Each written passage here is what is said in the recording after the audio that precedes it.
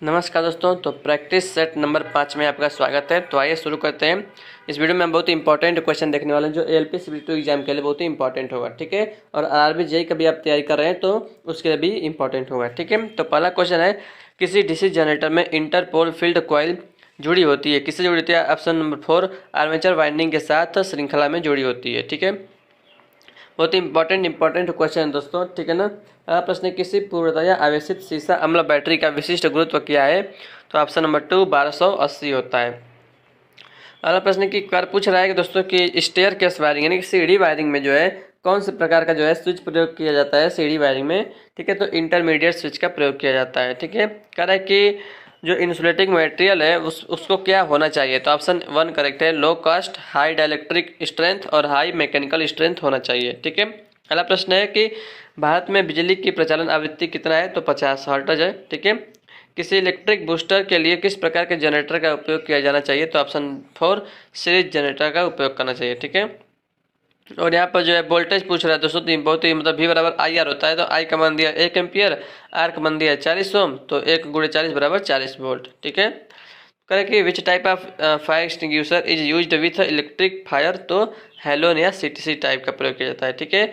Lumen प्रति वाट किसकी इकाई है? तो ऑप्शन नंबर 2 करेक्ट है, ठीक है। तीव्र कार्य निष्पत्ति यानी कि ल्यूमिनस एफिशिएंसी का इकाई है, ठीक है। अगला प्रश्न है कि एक एवियोमीटर को माप सकता है किसको? ऑप्शन 1 करेक्ट है, करंट, ईएमएफ और प्रतिरोध को माप सकता है। अगला प्रश्न है कि ओसीबी का फुल फॉर्म क्या है? तो ऑयल सर्किट ब्रेकर ओसीबी का फुल फॉर्म है, ठीक है। कह रहा है कि which type of diode is used in voltage regulators? तो ऑप्शन 1 जीनर डायोड, ठीक है। किसी डीसी जनरेटर का ईएमएफ का समीकरण क्या है? तो ऑप्शन नंबर 2 φ/NZP बटे में 60A वोल्ट, ठीक है। अगला प्रश्न है कि किसी एसएफ6 सर्किट ब्रेकर का क्रियाशील वोल्टेज होता है कितना? तो 36 किलो वोल्ट से 760 किलो वोल्ट होता है। ट्रिपल वी एफ का ड्राइव से क्या आशय है दोस्तों? Option 1 variable voltage variable frequency induction motor drive, ठीक है। अगला प्रश्न है, तो यहाँ पे मतलब इसका निकालना है कि सर्किटों की संख्या निकालना है। तो कह रहे कि एक समकक्ष में निम्नलिखित संस्थापन करने की आवश्यकता है। 6 एम्पियर के 3 पिन वाले 8 सॉकेट लगे हैं, 40 वाट वाली 10 ट्यूबलाइटें लगी हैं और दोस्तों 10 सीलिंग पंखे और 5 एग्जॉस्ट फैन लगे हैं। तो सर्किटों की संख्या की कितनी जरूरत पड़ेगी? तो 4 पड़ेगी, ठीक है। अगला प्रश्न है कि एक ऐसा ट्रांसफार्मर जिसमें कोई हानि नहीं होती उसे क्या कहते हैं? उसे हम कहते हैं आदर्श ट्रांसफार्मर, ठीक है। एक एसी सर्किट में फॉर्म फैक्टर का मान कितना होता है? 1.11 होता है। किसी विद्युत बल्ब का फिलामेंट बना होता है? ऑप्शन नंबर 4 टंगस्टन का बना होता है। अस्थायी चुंबक बनाने के लिए उपयोगी सामग्री है कार्बन इस्पात।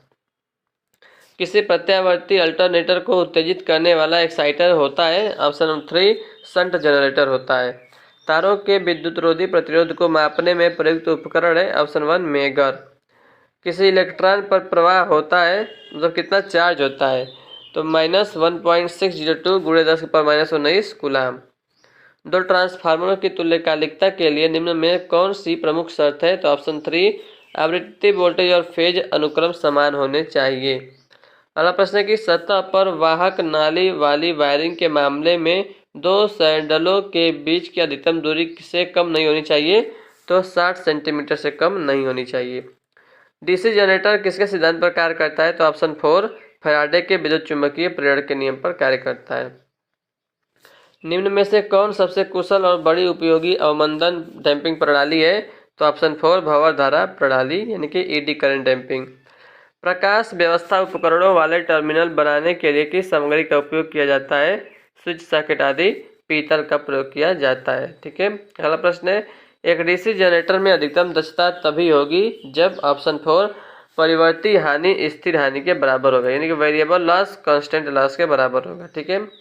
किसी पावर ट्रांसफार्मर में टेपिंग स्विच किससे जुड़ा होता है? ऑप्शन 1 सेकेंडरी वाइंडिंग से जुड़ा होता है।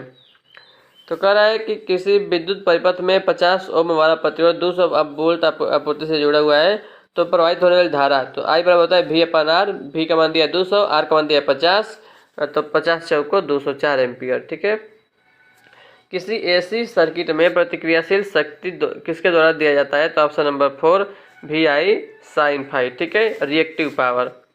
अगला प्रश्न कह रहा है कि किलोवाट घंटा मीटर इज कौन सा प्रकार का एक इंस्ट्रूमेंट है? तो ऑप्शन 3 इंटीग्रेटिंग टाइप इंस्ट्रूमेंट है। ड्रम स्विच का उपयोग किसमें किया जाता है? तो ऑप्शन नंबर 4 सजावटी प्रकाश व्यवस्था में किया जाता है। किसी ट्रांसफार्मर में श्वसनकों ब्रीथरों का उपयोग किसके लिए होता है? तो ऑप्शन नंबर 1 हवा से नमी खींचने के लिए होता है। कौन सा कम रखरखाव वाला मोटर है? तो ऑप्शन नंबर 2 प्रेरण मोटर या इंडक्शन मोटर। प्रतिरोधक क्षमता की एसआई यूनिट होती है? ऑप्शन नंबर 4 ओम होती है प्रतिरोध का मात्रक। क्लिप ऑन मीटर है क्या है? करंट ट्रांसफार्मर है क्लिप ऑन मीटर। एलटी और एचटी लाइन पर काम करने वाले इलेक्ट्रीशियन के पास क्या होना चाहिए? तो वायरमैन प्रमाण पत्र होना चाहिए। ठीक है, आधार कार्ड की जरूरत नहीं है, ड्राइविंग लाइसेंस नहीं, राशन कार्ड नहीं, वायरमैन प्रमाण पत्र होना चाहिए। किसी पावर वायरिंग प्रणाली में तांबा वाले कंडक्टर का अधिकतम आकार किससे कम नहीं होना चाहिए? तो ऑप्शन 1 1.5 mm² से कम नहीं होना चाहिए। इन एन ऐसे circuit the total resistance is called option number 2 impedance. अगला क्वेश्चन, किसी पावर सब सर्किट में अधिकतम भार किससे ज़्यादा नहीं होना चाहिए? ऑप्शन 1 3000 वाट से अधिक नहीं होना चाहिए और 2 पॉइंट होना चाहिए, केवल 2 पॉइंट। ठीक है, 2.3000 वाट। बुकोल झरीले का उपयोग आमतौर पर उपकरण की सुरक्षा के रूप में के लिए किया जाता है? तो ट्रांसफार्मरों की सुरक्षा के लिए किया जाता है। प्रत्यावर्ती यानी कि अल्टरनेटर में निर्धारित किया जाता है? ऑप्शन 4 केवीए में निर्धारित किया जाता है उसकी रेटिंग को। इंडक्शन मोटर के तुल्यकालिक गति और वास्तविक गति के बीच के अंतर को कहा जाता है? ऑप्शन नंबर 2 विचलन, फिसलन, स्लिप कहा जाता है। अधिकांश सिंगल फेज वाले मोटरों में आमतौर पर किस प्रकार की वाइंडिंग का प्रयोग किया जाता है? ऑप्शन नंबर 3 कंसेंट्रिक वाइंडिंग का प्रयोग किया जाता है। ठीक है ना, कंसेंट्रिक वाइंडिंग का प्रयोग किया जाता है। पोटेंशियल ट्रांसफार्मर एक होता है तो क्या होता है? ऑप्शन 3 स्टेप डाउन ट्रांसफार्मर होता है। ठीक है, और जो करंट ट्रांसफार्मर होता है वो स्टेप अप ट्रांसफार्मर होता है।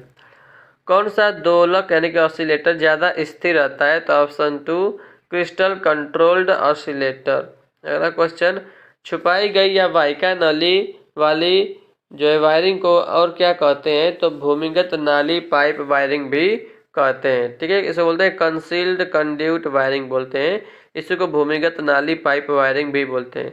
क्वेश्चन नंबर 50 देखते हैं, विद्युत कार्य के लिए किस तरह के जूतों का उपयोग किया जाता है? तो ऑप्शन नंबर 2 मोटे रबड़ सोल वाले चमड़े के जूते का प्रयोग किया जाता है। ठीक है फ्रेंड्स, तो 50 क्वेश्चन हमने देखा इस वीडियो में। अगले वीडियो में हम फिर देखेंगे 50 क्वेश्चन। ठीक है फ्रेंड्स, तो कैसा लगा आपको वीडियो कमेंट करके बताइएगा। Thank you for watching this video. जय हिंद, जय भारत, वंदे मातरम।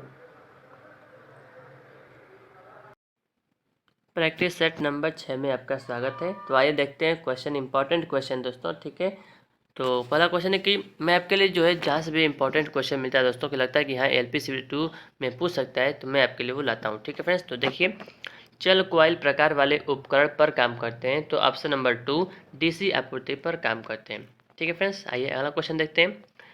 MG सेट और रोटरी कन्वर्टर जो है बदल देते हैं? तो क्या ऑप्शन नंबर 3 AC को DC आपूर्ति में बदल देते हैं? ठीक है दोस्तों, चैनल पर नए चैनल को सब्सक्राइब करिएगा, वीडियो को प्लीज़ लाइक करिएगा। ठीक है, 5 HP तक 3 phase 415 volt 50 hertz squirrel cage प्रेरण मोटर जो है के उपयोग से शुरू किया जा सकता है? तो ऑप्शन नंबर 2 DOL स्टार्टर के उपयोग से शुरू किया जा सकता है। ठीक है, 5 HP है तो DOL से स्टार्ट कर सकते हैं। ठीक है, किसी DC मोटर की दिशा द्वारा बदली जा सकती है? तो ऑप्शन 1 करेक्ट है, प्रत्यावर्ती फील्ड या आर्मेचर में किसी एक से जुड़े संयोजन द्वारा बदली जा सकती है।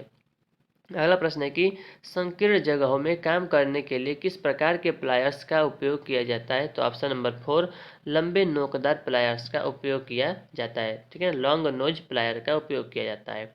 निम्न में से कौन विद्युत रोधी है? तो ऑप्शन नंबर 2 फाइबर विद्युत रोधी है। 3 फेज वाले स्क्वायरल केज मोटर का शुरुआती करंट होता है? तो ऑप्शन 1 निर्धारित करंट से 5 से 6 गुना होता है। एक अवरोधक पर चांदी वाली पट्टी के लिए सहनशीलता टॉलरेंस क्या है? तो ऑप्शन नंबर 4 है ±10%। ठीक है, अगर सोना रहता गोल्ड का ± जो है 5% होता है। ठीक है, और सिल्वर का ±10% होता है। ठीक है, और अगर कोई भी कलर नहीं है तो ±20% होता है। अगला क्वेश्चन है कि टोरायड एक होता है? ऑप्शन नंबर 4 तार की कुंडलीकृत कॉइल होता है। ठीक है। अगला प्रश्न है पश्च अंतराल बैक पिच शब्द आमतौर पर किसके संदर्भ में प्रयुक्त होता है? तो option number 4 DC armature winding के संदर्भ में प्रयुक्त होता है। किस प्रकार की वाइंडिंग में कॉइलें एक दूसरे के साथ परस्पर जो है वो आच्छादी होती हैं? तो ऑप्शन नंबर 1 चैन वाइंडिंग में होती हैं। ठीक है। विद्युत मापी उपकरणों में हेयर स्प्रिंग की बनाई जाती हैं? तो ऑप्शन नंबर जो 3 है फास्फर ब्रांच होता है, फास्फर ब्रांच का बनाया जाता है। ठीक है। रेती में प्रयुक्त होने वाली सामग्री है ऑप्शन 1 उच्च कार्बन स्टील। अगला प्रश्न है कृत्रिम श्वसन की साधारण और आसान विधि क्या है? तो ऑप्शन नंबर 4 मुंह से नाक वाली विधि है। ठीक है। देख सकते हैं कि मुंह से मुंह वाला विधि है, लेकिन मुंह से नाक वाली विधि जो है आसान विधि यहाँ पे बताया जा रहा है। ठीक है। किसी सीसा अम्ल बैटरी में प्रति सेल नेगेटिव प्लेटों की संख्या किसके बराबर होती है? तो ऑप्शन नंबर 2 पॉजिटिव प्लेटों की संख्या से +1 होती है। ठीक है। अगला प्रश्न है कि एक कार्बन प्रतिरोधक का रंग कोड दिया है, लाल, फिर पीला, फिर भूरा और अंत में सिल्वर दिया है। ठीक है। तो सिल्वर का ±10% होता है। ठीक है। तो 10 माइनस जो है 2 ऑप्शन दिया है, तो जो लाल है, फिर पीला है, फिर भूरा है, तो ये हो जाएगा 2410 ±10%। ठीक है। ये आता है कलर कोडिंग, आप इसको सिंपल है जानते होंगे। एक वेव वाइंडिंग में समांतर पथों की संख्या होती है दोस्तों ऑप्शन नंबर 2। देखिए ये गलत दिया है। ठीक है ना, वेव वाइंडिंग में 2 होता है। ठीक है ना, ऑप्शन 4 इसका करेक्ट है। ठीक है ना, एक वेव वाइंडिंग में समांतर पथों की संख्या दोस्तों वो 2 होती है और लैप वाइंडिंग में जो है नंबर ऑफ पोल के बराबर होती है। ठीक है ना, याद रखिएगा ये गलत दिया है। ठीक है। एम्पियर जो है किसकी इकाई होती है दोस्तों? तो ऑप्शन नंबर 2 विद्युत धारा की एसआई इकाई होती है। किसी जीआई भूयोजन प्लेट की माप क्या है दोस्तों? तो 60 सेंटीमीटर गुणे 60 सेंटीमीटर गुणे 6.35 mm होता है। ठीक है, ये जीआई के लिए। एचआरसी फ्यूज का आशय क्या है दोस्तों? इसका एचआरसी का फुल फॉर्म पूछ रहा है, तो हाई रेप्चुरिंग कैपेसिटी फ्यूज होता है। ठीक है, हाई रेप्चुरिंग कैपेसिटी। आईएसआई के नियमों के अनुसार छत के किसी पंखे की ऊंचाई रखना जरूरी है, कितना? 2.75 मीटर। ठीक है। अगला प्रश्न है कि किसी 11 केवी वाले केबल के लिए वांछित खाई होती है? तो ऑप्शन 1 0.9 मीटर होती है। बीआईएस के अनुसार किसी संस्थापन में पूर्ण भार की अवस्था में अधिकतम वोल्टेज ड्रॉप कितना से ज़्यादा नहीं होना चाहिए? तो 3% से ज़्यादा नहीं होना चाहिए। स्टेपर मोटर एक होता है? तो स्टेपर मोटर एक सिंगल फेज एसी मोटर होता है। किसी सीरीज परिपथ में कुल प्रतिरोध की गणना कौन से सूत्र से करते हैं? तो R बराबर R1 + R2 + R3 से करते हैं, ऑप्शन 4। अगला प्रश्न है कि CFL का फुल फॉर्म क्या है? तो ऑप्शन 1 कॉम्पैक्ट फ्लोरेसेंट लैंप। ठीक है। अगला प्रश्न पूछ रहा है कि किसी एकल फेज इंडक्शन मोटर की शुरुआती और रनिंग वाइंडिंग के बीच का जो विद्युतीय कोण होता है, इलेक्ट्रिकल एंगल होता है, वो कितना होता है? तो ऑप्शन 2 90 डिग्री होता है। ठीक है। अगला प्रश्न है किसी ट्रांसफार्मर के डीसी सप्लाई से जुड़े होने पर क्या होता है दोस्तों? तो ऑप्शन नंबर 3 प्राइमरी वाइंडिंग जो है वो जल जाती है। ठीक है। अगला प्रश्न है किसी स्टार कनेक्शन में किसी स्टार कनेक्शन में लाइन वोल्टेज के बराबर होता है? तो ऑप्शन 1 √3 गुना फेज वोल्टेज के बराबर होता है। ठीक है। अगला प्रश्न है एलटी केबल के इंसुलेशन का परीक्षण किया जाता है? तो ऑप्शन 1 1100 वोल्ट पर किया जाता है। ठीक है। अगला क्वेश्चन है कि which type of motor is suitable for traction work? तो ऑप्शन 3 डीसी सीरीज मोटर। अगला प्रश्न है बिना लोड के डीसी सीरीज वाले मोटर को नहीं चलाना चाहिए, क्योंकि दोस्तों इसकी गति जो है वो खतरनाक सीमा तक बढ़ जाएगी। अगला प्रश्न है कि आईएसआई के नियमों के अनुसार किसी लाइटिंग सर्किट में अधिकतम भार से ज़्यादा नहीं होना चाहिए? तो ऑप्शन 3 800 वाट से ज़्यादा नहीं होना चाहिए। आमतौर पर सेकेंडरी वाइंडिंग का उपयोग किसमें किया जाता है? तो ऑप्शन नंबर 4 एकल फेज वाले मोटरों में किया जाता है। पीक फैक्टर किसका अनुपात होता है? तो ऑप्शन नंबर 3 आरएमएस मान की तुलना में आरएमएस मान और जो है maximum value to RMS value, यानी कि यही maximum value upon RMS value होता है। ठीक है ना, पीक फैक्टर का फार्मूला होता है maximum value upon RMS value. ठीक है।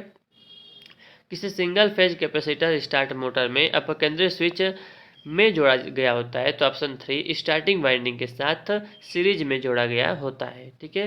अगला क्वेश्चन है कि पीवीसी का फुल फॉर्म क्या है दोस्तों? तो पॉलीविनाइल क्लोराइड जो है ऑप्शन 3 इसका करेक्ट आंसर है। ठीक है। क्वेश्चन नंबर देखते हैं अगला, ओम का नियम बताता है कि V बराबर क्या होता है, R इंटू आई होता है। ठीक है, ऑप्शन 3 करेक्ट है। अगला प्रश्न है कि ऐसे स्विचों की कितनी संख्या होती है जिनका उपयोग सीढ़ी के लाइटिंग सर्किट के लिए उपयोग किया जाता है और उनका प्रकार क्या है? तो ऑप्शन नंबर 3 दो तरफा स्विच लगा होता है। ठीक है ना, 2 वे स्विच, वो भी 2। किसी एकल फेज मोटर की चक्कर दिशा को के द्वारा बदला जा सकता है। तो ऑप्शन नंबर 2 चाल या प्रारंभिक यानी कि रनिंग या स्टार्टिंग वाइंडिंग टर्मिनलों के किसी एक में बदलाव करके। ठीक है, अगला प्रश्न है कि जर्मेनियम और सिलिकॉन होते हैं क्या होते हैं? ऑप्शन 4 सेमीकंडक्टर्स होते हैं। What is the use of an armoured wire in cable? तो ऑप्शन 4 मैकेनिकल प्रोटेक्शन। अगला प्रश्न है एसी और डीसी आपूर्तियों दोनों पर कौन सा मोटर काम कर सकता है? तो option number 4 universal motor AC और डीसी दोनों पर कार्य कर सकता है। अगला प्रश्न है किसी उद्दीप्त इंडिकेसेंट लैंप का पावर फैक्टर क्या होता है? ऑप्शन नंबर 2 1 होता है। ठीक है, अगला प्रश्न है यूपीएस का फुल फॉर्म क्या होता है? तो अनइंटरप्टेड पावर सप्लाई होता है। ऑप्शन 4 करेक्ट है। ठीक है, अनइंटरप्टेड पावर सप्लाई। अगला प्रश्न है कि एच श्रेणी के विद्युत रोधी या उष्मा रोधी का सीमित तापमान क्या है? तो ऑप्शन 1 180 डिग्री सेल्सियस। अगला प्रश्न है प्रदीप्ति की इकाई क्या है? तो ऑप्शन नंबर 2 लक्स जो है वो प्रदीप्ति की इकाई होती है। अगला क्वेश्चन देखते हैं कि पहचान जो है इंड रूल द्वारा की जाती है। किसकी पहचान? तो चुंबकीय ध्रुव मैग्नेटिक पोल की पहचान इंड रूल द्वारा की जा सकती है। ठीक है, अगला प्रश्न है किसी भू इलेक्ट्रोड से एक भवन की दूरी से कम नहीं होनी चाहिए। तो 1.5 मीटर से कम नहीं होनी चाहिए। ठीक है ना, किसी भू इलेक्ट्रोड से एक भवन की दूरी 1.5 मीटर से कम नहीं होनी चाहिए। अगला प्रश्न है इस वीडियो का लास्ट क्वेश्चन, बैटरी का ट्रिकल चार्जिंग के द्वारा आवेशित होती है। तो ऑप्शन नंबर 3 बहुत कम करंट के द्वारा जो है वो आवेशित होती है ट्रिकल चार्जिंग में। ठीक है दोस्तों, तो इस वीडियो में भी हमने देख लिया 50 इंपॉर्टेंट क्वेश्चन। अब आने वाले अगले वीडियो में भी हम 50 क्वेश्चन इंपॉर्टेंट देखेंगे। ठीक है दोस्तों, तो जहाँ से भी मुझे इंपॉर्टेंट प्रश्न मिलता है दोस्तों कि लगता है कि यहाँ पूछेगा, ठीक है ना, क्योंकि मैं भी तैयारी कर रहा हूँ ना इसका एलपीसीबी 2 का। ठीक है, मुझे भी एग्जाम देना है, तो जहाँ से इंपॉर्टेंट क्वेश्चन मिलता है दोस्तों मैं भी आपके लिए वो लेकर आता हूँ। ठीक है फ्रेंड्स, तो thank you for watching this video अच्छा है तो वीडियो को लाइक करेगा, चैनल पर नए चैनल को सब्सक्राइब करेगा। ठीक है फ्रेंड्स, तो thank you for watching this video. जय हिंद, जय भारत, वंदे मातरम। नमस्कार दोस्तों, तो आइए प्रैक्टिस सेट नंबर 7 में आपका स्वागत है। तो आइए इस वीडियो में देखेंगे 50 मोस्ट इंपॉर्टेंट प्रश्न जो कि एलपीसीबी 2 एग्जाम के लिए अति महत्वपूर्ण होगा। ठीक है ना, आरआरबी जेईई का भी आप देंगे तो उसके भी इंपॉर्टेंट होगा। ठीक है, तो ऐसे ही क्वेश्चन दोस्तों पूछे जाते हैं। पहला जो क्वेश्चन है कि एक प्रेरण मोटर में यदि पोल की संख्या दोगुनी हो जाती है तो गति क्या हो जाएगी? तो ऑप्शन नंबर बी आधी हो जाती है, क्योंकि दोस्तों जो नंबर ऑफ पोल होता है ना और जो गति होती है वो एक दूसरे के इन्वर्सली प्रोपोर्शनल होता है। ठीक है ना, तो आइए फ्रेंड्स अगला क्वेश्चन देखते हैं। अगला प्रश्न की कह रहा है कि शीतगृह में खांचेदार जगह पर किस तरह की वायरिंग का उपयोग किया जाता है? तो ऑप्शन नंबर 4 शीशा कवचित वायरिंग का प्रयोग किया जाता है। ठीक है ना, अगला प्रश्न देखते हैं क्वेश्चन नंबर 3 किसी सेतु दृष्टिकारी यानी कि ब्रिज रेक्टिफायर में कितने डायोड का उपयोग किया जाता है? तो ऑप्शन नंबर 3 करेक्ट है, 4। ठीक है ना, 4 जो डायोड का प्रयोग किया जाता है। अगला प्रश्न है कि इलेक्ट्रॉन पर प्रवाह को कहा जाता है? तो ऑप्शन नंबर 3 धारा कहा जाता है। इलेक्ट्रॉन के प्रवाह की दर को मतलब इलेक्ट्रॉनों के प्रवाह की दर को क्या कहते हैं? धारा कहते हैं। ठीक है ना, प्रवाह को धारा कहते हैं। ठीक है, अगला प्रश्न है किसी गहन छड़ प्रकोष्ठ प्रेरण मोटर का स्लॉट आकार अनुपात है कितना होता है?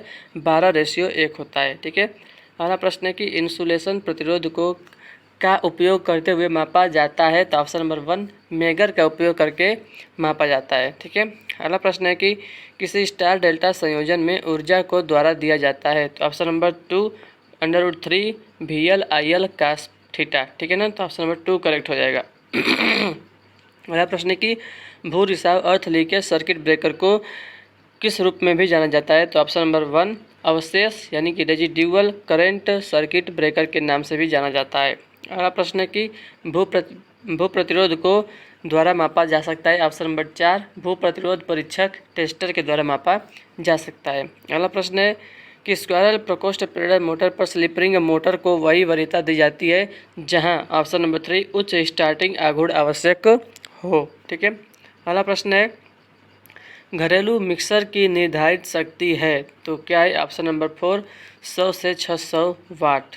अगला प्रश्न है कि प्लेट भूयोजन के लिए यानी प्लेट अर्थिंग के लिए पृथ्वी में गड्ढा कम से कम नहीं होना चाहिए, तो 3 मीटर से कम नहीं होना चाहिए। अगला प्रश्न है कि BIS के अनुसार BIS का फुल फॉर्म होता है ब्यूरो ऑफ इंडियन स्टैंडर्ड के अनुसार किसी भी संस्थापन में अनुमत अधिकतम रिसाव विद्युत धारा पूर्ण भार विद्युत धारा का होता है कितना 1/5000। ठीक है।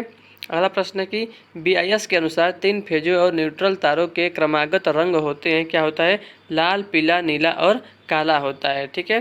अगला प्रश्न है कि 2 वाटमीटर वाली विधि का उपयोग 3 फेज प्रणाली में ऊर्जा मापने के लिए तब किया जाता है जब संतुलित और असंतुलित भार हो। प्रत्यावर्ती यानी कि अल्टरनेटर के सिद्धांत पर काम करता है, तो अल्टरनेटर जो है वो फैराडे के नियम के सिद्धांत पर कार्य करता है। अगला प्रश्न है कि घनाकार यानी कि सॉलिड कोण की एसआई इकाई क्या होती है? तो ऑप्शन नंबर 2 स्टेरेडियन होता है। ठीक है। ऑप्शन 1 जो दिया है रेडियन वो प्लेन एंगल का होता है। ठीक है। अगला प्रश्न है कि प्रेरण मोटर का स्टेटर से बनाया जाता है, तो ऑप्शन नंबर 1 सिलिकॉन इस्पात से बनाया जाता है प्रेरण मोटर का स्टेटर। अगला प्रश्न है कि पूर्ण अंतराल वाइंडिंग में क्या होता है? तो कुंडली अंतराल बराबर पोल अंतराल होता है। पूर्ण अंतराल फुल पिच वाइंडिंग में कुंडली अंतराल बराबर पोल अंतराल होता है। वायरिंग का सबसे सस्ता और आसान तरीका क्या है? तो ऑप्शन नंबर 2 क्लिट वायरिंग। क्या है? क्लिट वायरिंग। ठीक है।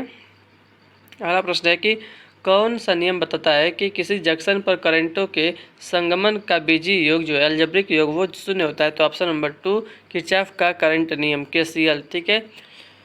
ये आवेश संरक्षण के सिद्धांत पर कार्य करता है। ठीक है। और KVL जो है वो ऊर्जा संरक्षण के सिद्धांत पर कार्य करता है। ठीक है। अगला प्रश्न है कि इलेक्ट्रिक इंक्यूबेटरों का उपयोग होता है, तो पोल्ट्री फार्म में उसका उपयोग किया जाता है। ठीक है। अगला प्रश्न है कोरोना प्रभाव को द्वारा कम किया जा सकता है, तो कोरोना प्रभाव को ऑप्शन 4 कंडक्टर्स के बीच समुचित अंतराल द्वारा कम किया जाता है। ठीक है।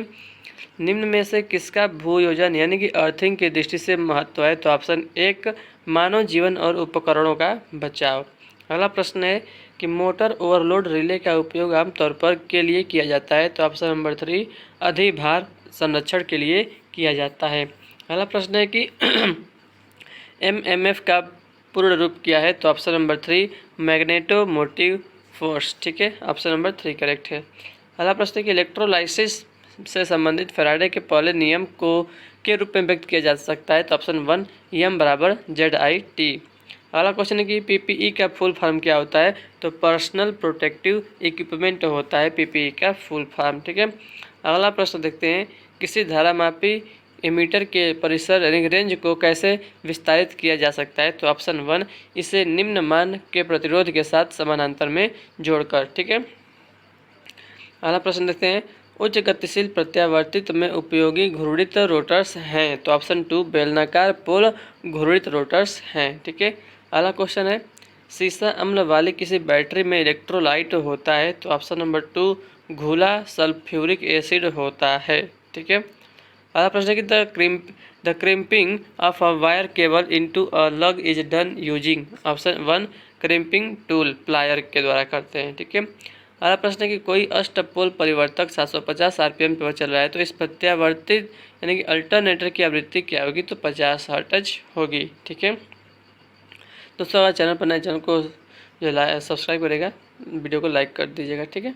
अर्ध तरंग दृष्टिकारी की दृष्टिकरण क्षमता होती है कितनी होती है? तो 40.6% होती है। अगला प्रश्न है कि 4 ओम वाले 4 प्रतिरोधक समानांतर में क्रम में जोड़े जाते हैं, तो कुल प्रतिरोध होता है दोस्तों। तो देखिए सेम वैल्यू है, 4 ओम का भी है और 4 ही जुड़े भी हैं, तो ठीक है। तो कितना हो जाएगा? 4/4 बराबर 1 ओम हो जाएगा। ठीक है। स्वचालित स्टार डेल्टा स्टार्टर में कितने संकुचकों यानी कि कॉन्ट्रैक्टरों का उपयोग किया जाता है? तो ऑप्शन नंबर 1 3 याद रखिएगा। ठीक है। अगला प्रश्न की सोल्डरिंग आयरन बीट लिए किस सामग्री का उपयोग किया जाता है? तो ऑप्शन नंबर 2 तांबा का उपयोग किया जाता है। अगला प्रश्न है कि किसी प्रकोष्ठीय सेल टाइप ट्रांसफार्मर में कुल कितने चुंबकीय पथ होते हैं? तो ऑप्शन नंबर 2 होते हैं। ठीक है। अगला प्रश्न है कि फेज टू फेज और फेज से न्यूट्रल तक केबल के विद्युत रोधन परीक्षण में प्रतिरोध किससे कम नहीं होना चाहिए? तो ऑप्शन नंबर 2 1 मेगा ओम से कम नहीं होना चाहिए। DC मोटर स्टार्टरों का उपयोग के लिए किया जाता है, तो ऑप्शन 3 प्रारंभिक विद्युत धारा को नियंत्रित करने के लिए किया जाता है। अगला प्रश्न है फ्रेंड्स कि एल्युमिनियम पर टंकाई के लिए किस सोल्डरिंग गालक फ्लक्स का उपयोग किया जाता है? तो ऑप्शन नंबर 2 EYRA7 का या बरोजा का प्रयोग किया जाता है। अगला प्रश्न है कि एक प्रत्यावर्तित्र में किसी प्रेरित ईएमएफ की आवृत्ति दी जाती है, तो ऑप्शन 1 एफ बराबर Pn/120। अगला प्रश्न है अधिक ऊर्जा के लिए निम्नलिखित कार्यों में कौन अधिक सस्ता और क्षमतावान होता है, तो ऑप्शन नंबर 1 मर्क्यूरी आर्क दृष्टिकारी। ठीक है, ये सस्ता, अधिक सस्ता और क्षमतावान भी होता है। किसी ट्यूबलाइट में चोक लगाने का उद्देश्य क्या होता है दोस्तों, तो ऑप्शन नंबर 4 समुचित मात्रा में करंट को सीमित करना होता है। अगला प्रश्न है कि भंवर धारा यानी कि एडी करंट की एक कमी है, क्या है, ऑप्शन 1 वाइंडिंग में हीटिंग का नुकसान होता है। अगला प्रश्न है निम्न में कौन से विषम चुंबकीय सामग्रियों के उदाहरण हैं, तो ऑप्शन नंबर 4 सोना, तांबा और सीसा। ठीक है, विषम चुंबकीय सामग्रियों के उदाहरण है। सीआरओ का फुल फॉर्म क्या होता है दोस्तों, option number 4 cathode ray oscilloscope इसका फुल फॉर्म होता है। अगला प्रश्न है कि ट्रांसफार्मर कोर को लेमिनेट क्यों किया जाता है, तो ऑप्शन नंबर 3 करेक्ट है। ईडी यानी कि झोंकेदार ईडी करंट की हानि को कम करने के लिए ट्रांसफार्मर कोर को लेमिनेट किया जाता है। ठीक है, और उसके बाद आगे बढ़ते हैं किसका उपयोग जो है करके कम्यूटेटर सेगमेंट विद्युतरोधी किए जाते हैं, तो ऑप्शन नंबर 4 माइका इंसुलेटर का प्रयोग करके। ठीक है, लास्ट क्वेश्चन है दोस्तों किसी सजावटी श्रृंखला वाली प्रकाश व्यवस्था के लिए 6 वोल्ट वाले कितने बल्ब को 240 वोल्ट आपूर्ति से जोड़ा जा सकता है, तो बस इसमें डिवाइड कर देंगे 240/6 आ जाएगा हमारा 40। ठीक है दोस्तों, तो इस वीडियो में हमने 50 क्वेश्चन देख लिया है। ठीक है फ्रेंड्स, तो कैसा लगा आपको ये वीडियो कमेंट करके जरूर बताइएगा। आप लोग कमेंट करते हैं तो मुझे बहुत अच्छा लगता है। ठीक है दोस्तों, और चैनल पर नए चैनल को सब्सक्राइब करिएगा, वीडियो पसंद है वीडियो को लाइक करिएगा। ठीक है फ्रेंड्स, तो thank you for watching this video. मिलते हैं आपसे अगले वीडियो में। दोस्तों पीडीएफ आपको चाहिए तो टेलीग्राम पर एक चैनल है, उसको ज्वाइन कर लीजिएगा, मिस्टर सूरज एक्सप्लेनर के नाम से ही है। ठीक है फ्रेंड्स, तो thank you for watching this video. जय हिंद, जय भारत, वंदे मातरम। नमस्कार दोस्तों, प्रैक्टिस सेट नंबर 8 में आप सभी लोगों का स्वागत है। तो आप चैनल पर पहली बार आए चैनल को सब्सक्राइब करिएगा, वीडियो पसंद आएगा तो वीडियो लाइक करिएगा। ठीक है फ्रेंड्स, तो चलिए पहला क्वेश्चन शुरू करते हैं। टॉप 50 क्वेश्चन हम देखने वाले हैं इस वीडियो में। ठीक है, तो बहुत ही इंपॉर्टेंट प्रश्न दोस्तों रहेगा हम लोगों के लिए। ठीक है, LPCVT2 के लिए और आरआरबी जेईई के लिए। ठीक है, देखिए चुंबकीय अभिवाह के सृजन का विरोध होता है, तो ऑप्शन नंबर 2 प्रतिष्ठम्भ यानी कि रिलक्टेंस होता है। ठीक है, अगला क्वेश्चन है कि 60 हर्ट्ज की आवृत्ति वाले किसी तंत्र का आवर्तकाल क्या होगा। दोस्तों बहुत ही इंपॉर्टेंट प्रश्न है, पहला राइट आंसर है 17 मिलीसेकंड जो इसका आवर्तकाल होगा। ठीक है, इसको निकाल भी सकते हैं आप। आवर्तकाल और जो फ्रीक्वेंसी होता है वो एक दूसरे के अपोजिट होता है। ठीक है, क्वेश्चन नंबर 4 देखिए उपकेंद्रों में बैटरी का कार्य प्रदान करना है, तो ऑप्शन 3 परिपथ को बंद करने की शक्ति प्रदान करना है। याद रखिएगा, उपकेंद्रों में बैटरी का जो कार्य है परिपथ को बंद करने की शक्ति का प्रदान करना है। ठीक है, आप क्वेश्चन देखते हैं दोस्तों। देखिए भंवर धारा हानि को कैसे रोका जा सकता है, तो ऑप्शन नंबर 4 पतले अस्तरण द्वारा रोका जा सकता है। ठीक है, अस्तरण यानी कि लेमिनेशन, पतले लेमिनेशन द्वारा। ठीक है, अगला प्रश्न देखते हैं दोस्तों ग्राही अशुद्धताएं निर्मित करती हैं, तो ऑप्शन नंबर 2 पी प्रकार निर्मित करती हैं। ठीक है ना, ग्राही अशुद्धताएं पी प्रकार का इंसुलेटर निर्मित करती हैं, इंसुलेटर नहीं सेमीकंडक्टर। ठीक है, दो कला प्रणाली कला में वोल्टता तक भिन्न होती है, तो 90 डिग्री तक भिन्न होती है, ऑप्शन 1 करेक्ट है। ठीक है, अगला प्रश्न है कि कम दाबोचता वाले एक जल विद्युत टरबाइन में होते हैं, तो क्या होते हैं, कपलान टरबाइन होते हैं। ठीक है ना, कपलान टरबाइन होते हैं।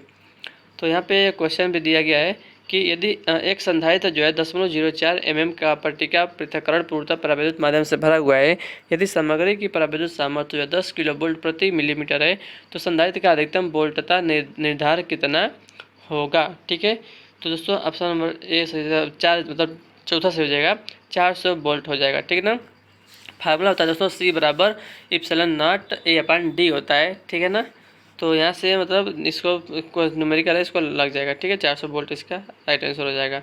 अगला प्रश्न है कि स्थिर भार के लिए एक तुल्यकालिक मोटर की आर्मेचर धारा और क्षेत्र धारा के बीच ग्राफ होता है, तो ऑप्शन नंबर 4 V वक्र होता है। ठीक है ना, अगला प्रश्न है कि निम्नलिखित में से कौन एक जल विद्युत केंद्र नहीं है, तो ऑप्शन 2 तारापुरे जल विद्युत केंद्र नहीं है। ठीक है, अगला प्रश्न है कि यदि ज्या तरंग यानी कि साइन वेव की अवधि 1/2 मिलीसेकंड है, तो इसकी आवृत्ति कितनी होगी दोस्तों, तो 2000 हर्ट्ज होगी। ठीक है ना, आवृत्ति और जो ये तरंग अवधि दिया है 1/2 मिलीसेकंड दिया है। ठीक है, तो 2000 हर्ट्ज आ जाएगा। ठीक है, परिपथ वियोजक यानी कि सर्किट ब्रेकर सामान्य रूप से निम्न में से किस दोष पर निर्धारित होते हैं, तो ऑप्शन नंबर 4 सममित यानी कि सिमेट्रिकल फॉल्ट पर। ठीक है, अगला प्रश्न देखते हैं यदि एक प्रेरणी मोटर की वायु अंतराल शक्ति और यांत्रिक विकसित शक्ति 20 किलोवाट और 6 किलोवाट है तो घूर्णक ओमी हानि कितनी होगी दोस्तों? तो 20 में से 6 माइनस कर देंगे तो आ जाएगा 14 किलोवाट। ठीक है।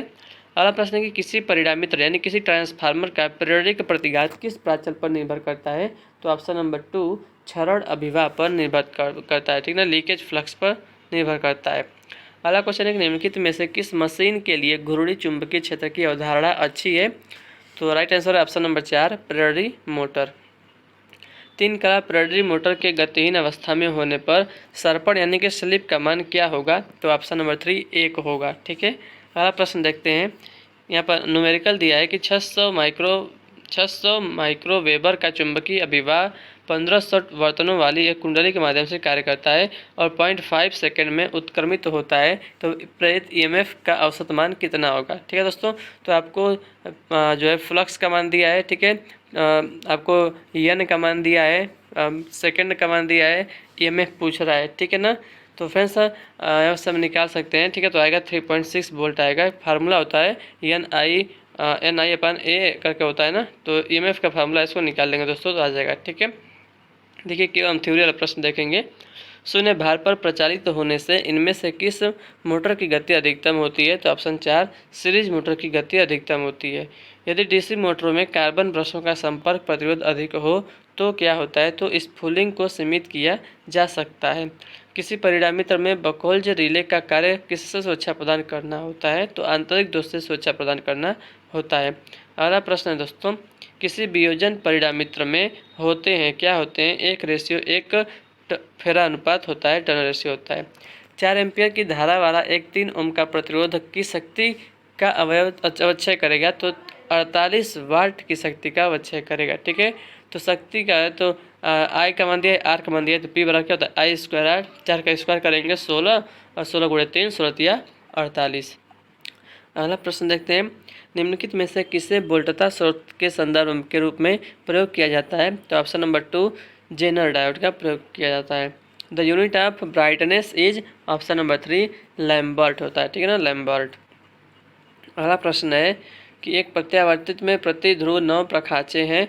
यदि प्रत्येक कुंडली में 8 प्रखाचे तारत्व पर विस्तृत होती हैं तो तारत्व गुणांक क्या होगा?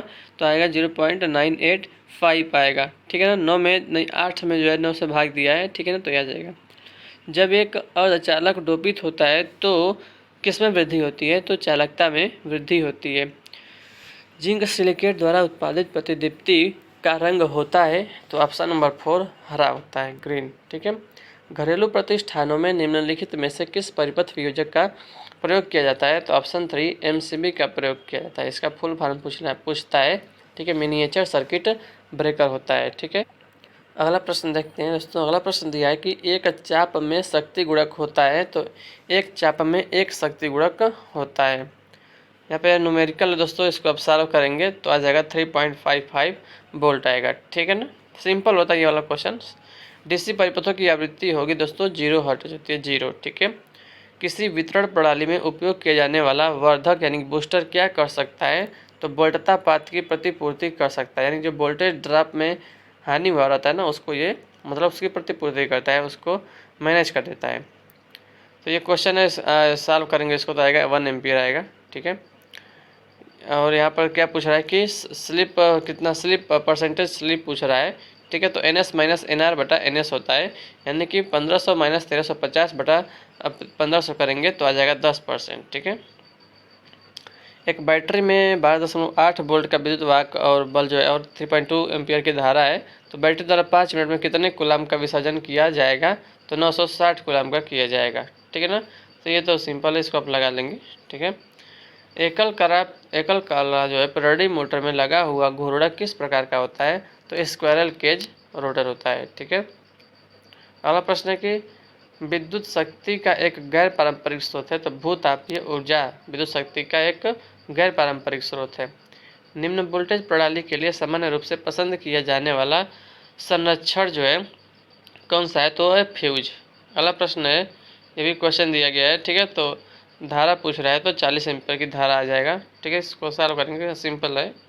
निम्नलिखित में से कौन सी गति नियंत्रण तकनीक दोनों दिशाओं में डीसी शंट मोटर की गति को नियंत्रित करने में सक्षम है? तो वार्ड लियोनार्ड विधि। ठीक है, ये बेस स्पीड से कम और बेस स्पीड ज़्यादा दोनों पर गति नियंत्रित करता है। अगला प्रश्न है कि केबिलों में अंतर कोष का क्या कार्य होता है? तो प्रतिबल वितरित करना। ठीक है, प्रतिघाती शक्ति प्रतिकरण के लिए उपयोग किए जाने वाले संधारित्रों का निर्धारण में किया जाता है, तो KVAR में किया जाता है। और ये भी क्वेश्चन है न्यूमेरिकल, इसको सॉल्व करेंगे। कुंडली बर्तनों की संख्या पूछा है तो 858 इसका आएगा। ठीक है ना, इसको आप सॉल्व कर लीजिएगा। प्रेरण जनित्र यानी कि इंडक्शन जनरेटर का सर्पण हमेशा होता है, तो क्या होता है? ऋणात्मक होता है। अगला प्रश्न देखते हैं, निम्नलिखित में से किस विद्युत संयंत्र में प्रोत्कर्ष टंकी यानी कि सर्ज टैंक होता है? तो जल विद्युत हाइड्रो पावर प्लांट में होता है। ठीक है, ताप विद्युत संयंत्रों में विद्युत शक्ति के उत्पादन के लिए प्रयुक्त प्रत्यावर्तित्र में नियोजित घूर्णक किस प्रकार का होता है? तो ऑप्शन नंबर 2 बेलनाकार घूर्णक होता है। और ये न्यूमेरिकल सॉल्व करेंगे इसको तो 20 ओम आएगा। ठीक है, पूरा क्वेश्चन देख लीजिए, सॉल्व करने का इसको प्रयास करिएगा। ठीक है, तो नहीं रहेगा तो बताइएगा, मैं इसको अलग से वीडियो में जो है समझा दूंगा। ठीक है, अगला प्रश्न है कि एक 500 केवीए परिणामित में 2% जो है वो रिएक्टेंस है यानी प्रतिघात है, तो 2000 केवीए पर इसका प्रतिघात कितना होगा दोस्तों? तो 8% होगा। ठीक है ना, देखिए 8 गुना जो है बढ़ गया है। 500 था तो 2000, 5/40 नहीं, 5/40 नहीं, 5 4 गुना हो गया है, तो 4 गुना हो गया तो 2% था, तो इसके बीच जो है 4 गुना कर देंगे 2 को, तो 2 चौको को 8% हो जाएगा। ठीक है फ्रेंड्स, तो इस वीडियो में हमने 50 क्वेश्चन देखा है। ठीक है फ्रेंड्स, तो अच्छा लगा वीडियो तो लाइक करिएगा, चैनल पर नए तो चैनल को सब्सक्राइब करिएगा। ठीक है फ्रेंड्स, तो thank you so much for watching this video. PDF के लिए दोस्तों टेलीग्राम चैनल है, जिसको ज्वाइन कर लीजिएगा। मिस्टर सूरज एक्सप्लेनर के नाम से ही टेलीग्राम चैनल है। ठीक है ना, तो thank you so much for watching this video. जय हिंद, जय भारत, वंदे मातरम। Take care, bye bye. नमस्कार दोस्तों, प्रैक्टिस सेट नंबर 9 में आप सभी लोगों का बहुत बहुत स्वागत है। तो आइए देखते हैं टॉप 50 क्वेश्चन देखेंगे इस वीडियो में। ठीक है, क्वेश्चन है कि जब कोई विद्युत परिपथ विवृत परिपथ हो तो वोल्टता होगी? तो ऑप्शन नंबर 2 अधिकतम वोल्टता होगी। ठीक है, अगला प्रश्न दिया है तो ये तो न्यूमेरिकल है। ठीक है, इसमें जो है क्या पूछ रहा है कि यदि 242 mm लंबे चालक पर 0.75 न्यूटन का बल और 640 मिली एम्पियर की धारा है, तो अभिवाह फ्लक्स घनत्व कितना होगा? ठीक है दोस्तों, तो आएगा 4.84 टेस्ला आएगा। ठीक है ना, तो इसका मतलब इसका फार्मूला होता है। ठीक है फ्रेंड्स, तो एफ दिया है, आई दिया है और यल दिया है। ठीक है, तो इसका फार्मूला लगा देंगे। तो ठीक है, इसका फार्मूला ही होता है, ठीक है ना, BIL साइन थीटा होता है, मतलब थीटा का मान तो नहीं दिया है। ठीक है ना, तो आप सबका क्या करेंगे, गुणा कर देंगे ना इसको, तो आ जाएगा। ठीक है, सल्फर हेक्साफ्लोराइड SF6 गैस की परावैद्युत सामर्थ्य का मान कितना होता है? तो ऑप्शन नंबर 3 वायु के मान से 2.5 गुना होता है। बहुत ही इंपॉर्टेंट क्वेश्चन है ये वाला। ठीक है ना, 2.5 गुना होता है।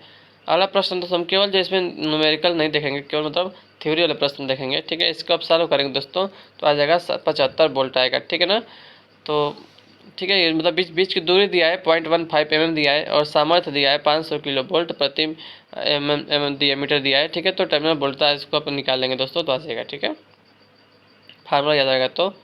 और यहाँ पर दिया दोस्तों कि पूछ रहा है कि एक फुल वेव मतलब फुल वेव ब्रिज रेक्टिफायर है, उसको 15 वोल्टेज RMS जो है ऐसी सोर्स से आपूर्ति दी जाती है और यह 100 ओम भार से जुड़ा हुआ है, तो शिखर प्रतिलोम वोल्टता यानी कि पीक इनवर्स वोल्टेज कितना होगा? ठीक है ना, तो आएगा 21.21 आएगा। ठीक है, सोडियम वेपर लैंप से कौन सा रंग निकलता है? तो पीला रंग निकलता है, ऑप्शन 1। अगला प्रश्न है कि ये भी तो फिर सही है। देखिए पूछ रहे कि प्रत्येक समांतर पथ में धारा कितना होगा? तो 55.55 एम्पियर इसमें धारा आएगा। ठीक है, और ये भी वही है, इसमें स्लिप का मान पूछ रहा है तो 6.67% आएगा स्लिप। ठीक है, और ये भी फिर से लाइन धारा पूछ रहा है इस क्वेश्चन में, तो 9.24 एम्पियर। ठीक है, धारिता का मान कैसे बढ़ाया जा सकता है? तो क्षेत्रफल में वृद्धि करके धारिता का मान बढ़ाया जा सकता है। ठीक है ना, और EMF का मान पूछ रहा है इस क्वेश्चन में, इसको देख लीजिएगा। ठीक है, तो इसका आएगा 17.6 वोल्ट आएगा।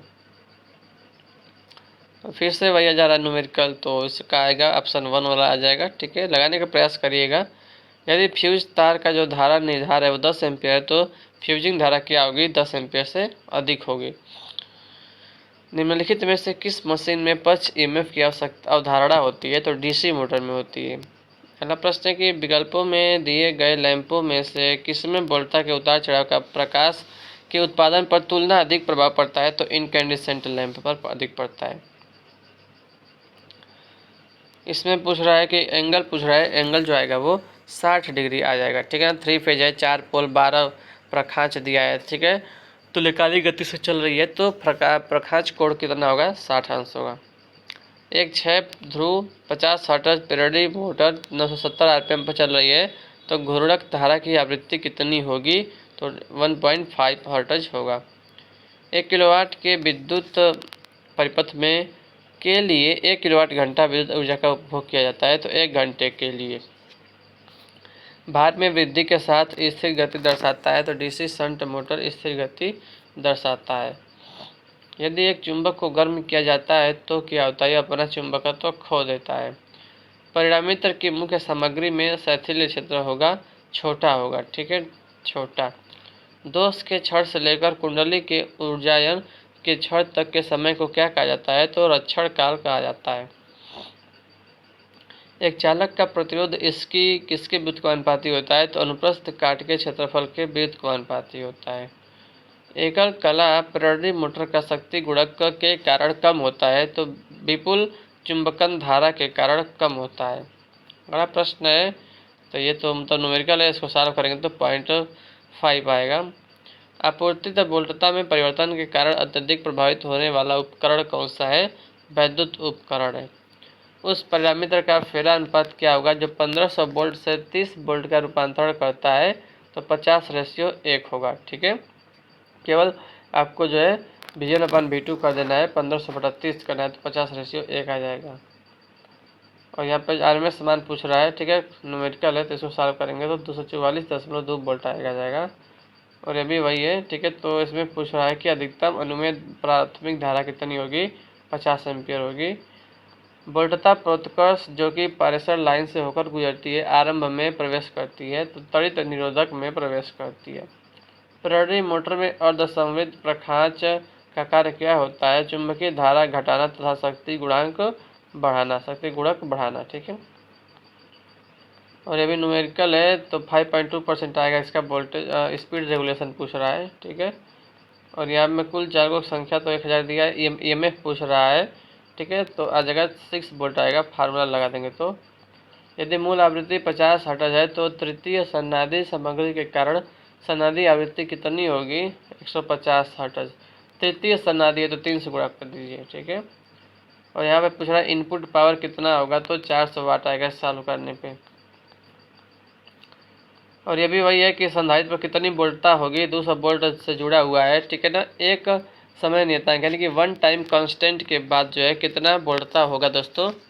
तो 1 टाइम कांस्टेंट पे जो होता है दोस्तों तो वो 63.4% जो है वो चार्ज हो जाता है कैपेसिटर। ठीक है ना, तो 200 का आप जो है 63%, 63.4% निकालेंगे तो 126.4 वोल्ट आ जाएगा। ठीक है, मोटर में प्रवर्तक की क्या भूमिका होती है? तो अधिक प्रवर्तन धारा को रोकना। किसी डीसी मशीन में प्रत्येक चालक चुंबकीय अभिवाह से पर और उसकी गति की दिशा में स्थित होते हैं तो 90 डिग्री पर होते हैं। ठीक है, एक जनित्र यानी कि एक जनरेटर में प्रेरित विद्युत वाहक बल EMF की दिशा को दर्शाया जाता है तो ऑप्शन 1 फ्लेमिंग के दाएं हाथ के नियम से दर्शाया जाता है। किसी विद्युत प्रणाली में होने वाला सबसे सामान्य दोष कौन सा है? ऑप्शन 2 एकल लाइन से भू यानी कि single line to ground fault. ठीक है, यानी कि तार टूटकर जमीन पे टच जाना। वह भार जिसके शक्ति गुणक का मान 1 है, 1 होता है, एक तंतु लैंप यानी कि फिलामेंट लैंप होता है। 60 माइक्रो एम्पियर की धारा मिली एम्पियर में कितनी होगी? तो 0.06 मिली एम्पियर होगी। ठीक है, और इसे न्यूमेरिकल इसको सॉल्व करेंगे तो आएगा 20%। अधिकतम बड़ा गुण पर स्लिप का मान पूछ रहा है। निम्नलिखित में से कौन सी डीसी जनित्र की सतत हानि नहीं है? ऑप्शन नंबर 3 ताम्र हानि नहीं है। ठीक है, अगला क्वेश्चन देखते हैं। और अभी इसकी पूछ रहे हैं कि दी गई वोल्टता की आवृत्ति कितनी होगी? तो आ जाएगा 54 हर्ट्ज आएगा। परिवर्तन पर डीसी मोटर में होगा क्या होगा? निम्न प्रतिरोध होगा। ठीक है, अगला प्रश्न देखते हैं, किसी पर्यावरणीय मोटर में एक अवरुद्ध घूर्णक परीक्षण का उपयोग क्या ज्ञात करने के लिए किया जाता है? तो चर हानि ज्ञात करने के लिए किया जाता है। यदि एक निस्यंदित भार धारा 100 मिली एम्पियर हो तो निम्न में से किस परिपथ में डायोड धारा 10 मिली एम्पियर होगी? तो हाफ वेव रेक्टिफायर में अर्ध तरंग दृष्टिकारी में धारा जो है वो 10 मिली एम्पियर होगी। ठीक है दोस्तों, तो इस वीडियो में हमने 50 इंपॉर्टेंट क्वेश्चंस देखे हैं। ठीक है, तो वीडियो अच्छा हो तो वीडियो को लाइक करिएगा, नहीं अच्छा हो तो वीडियो को डिसलाइक करिएगा। ठीक है, कोई बात नहीं। चैनल पर नए चैनल सब्सक्राइब कर लीजिएगा। ठीक है दोस्तों, तो thank you so much for watching this video. जय हिंद, जय भारत, वंदे मातरम। अगर आपको पीडीएफ चाहिए दोस्तों तो चैनल टेलीग्राम ग्रुप ज्वाइन कर लीजिएगा, मिस्टर सूरज एक्सप्लेनर के नाम से ही है। ठीक है friends, thank you so much for watching this video. जय हिंद, जय भारत, वंदे मातरम।